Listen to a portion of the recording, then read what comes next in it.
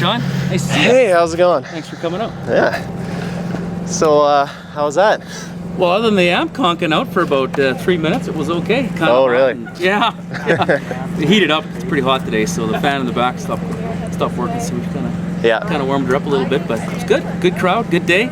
Cool. Nice to have you come out. So, in the earlier video, you're playing drums, but are you like actually a guitarist, or do you play? Actually, yeah, guitar player. I haven't played much for 25 years, but guitar was the instrument that I played in the band, and when we were in the forest there, it was just a sort of a pickup thing. The drums were available. Matthew had his guitar out, so that was pretty impromptu. So we just threw this band together real quick here. Like a couple of guys that I work with here, Jason and Forrest, and I forced them to come out. Yeah. Jam sessions, and here we are. Cool, cool. So, how long have you been playing guitar then? I picked it up in the late 70s and played a lot through the 80s, and I haven't played much since probably 88, so probably haven't picked it up more than 50 times in the last 20 years. But you're in a band, right? Like Shy Boy? Well, Shy Boy was the primary band. We had several names, but that was probably the best band at the time. So. What were some other names? Oh, let's see.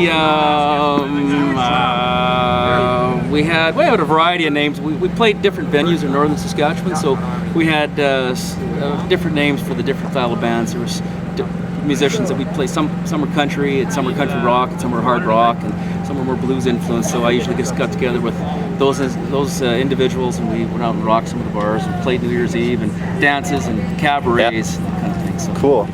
So you ever play with any big bands then? Yeah, we had a chance back in the 80s there. We met Iron Maiden at a concert in Saskatoon back in the early 80s, and had a quick jam session with Guns N' Roses back in their earlier days when they were just they were on tour with Iron Maiden actually in Calgary, and we were playing at a little bar and they came down and we rocked out for about 20 minutes. It was kind of fun. That's back before they had Fame and Fortune. Yes. So they just jumped up on stage? Yeah, they just popped up. All of the band, like how many of the band members were they all there? There was 3 there, I think. Yeah, that was back in '88. Cool. So they were playing for Iron Maiden, the opening act for Maiden at the Saddledome. And how did you end up partying with Maiden? Actually, their concert was canceled. They were playing in Saskatoon, and their drummer had a hand infection. So we were in a hotel room, and in a hotel, got on the elevator and went up to one of the floors. The door opened, and there was 3 of the guys: Steve Harris, and who else was there? Adrian Smith, I think, is the other guitar player, and Murray, I think, is the other guitar player. So got on there, and then they asked us what we were in town for. And we said we were here for your concert. And we were kind of disappointed it got canceled. And they said, "Well, pop up to the room and have a Heineken." Yeah. So we did. It was 30 years ago. Sweet. Yeah. So how, like what year was that then? That was like in the 80s? September of 83. Wow. Yeah. Very cool. Very That's a cool. long time ago. You weren't even born yet, Sean. No, I was minus 3 years old. Just a twinkle in my daddy's eye. Yeah, different time, different era back then. Yeah. Lots of fun though. Cool. So yeah, have you been getting a lot of publicity from this? Yes, thanks to you. The videos generated, well, obviously a ton of YouTube hits and a ton of media as well. But in the community, it's really good. Like the people are really help draw people together. They like to come up and say hi. A lot of the older people have seen it. They've been introduced to YouTube by their kids now, so they're becoming computer savvy, and countless pictures and congratulatory messages. So it's been pretty good. Thanks to you. And some people were worried that you were going to get in trouble from your boss for the video. Did that happen? No, absolutely nothing. All the feedback from the entire CMP has been very positive. So we're glad that it turned out that way. I mean, there was really nothing wrong with what happened out there. So cool. So it was good. It's been positive. Yeah. So who drinks the hardest in Iron Maiden?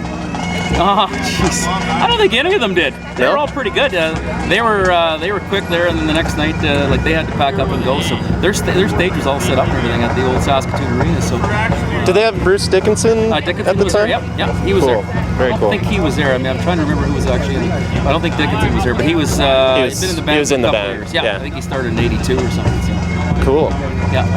Well, yeah, I don't think I have any other questions for you, unless there's anything you want to say. Thanks, Sean. Appreciate that, buddy. Thanks to you. We got some hits. Maybe you can become a big time movie producer, a video jockey on MTV or something. That would be sweet. Right on, buddy. That's not good, Sean. My in-laws are they're blackmailing me here. That's me, 30 years ago. That's such an awesome photo. Sorry. That's our promo shot from 1988. The lead singer here went on to play with a cruise ship, Carnival Cruise Lines, after we disbanded. Drummer went on to Vancouver to be the studio musician. The bass player down here went on to play with a band called Annihilator, and he's over in Europe right now. And then, of course, there's yours truly, like when he had hair. Nice. Those are the rock and roll days.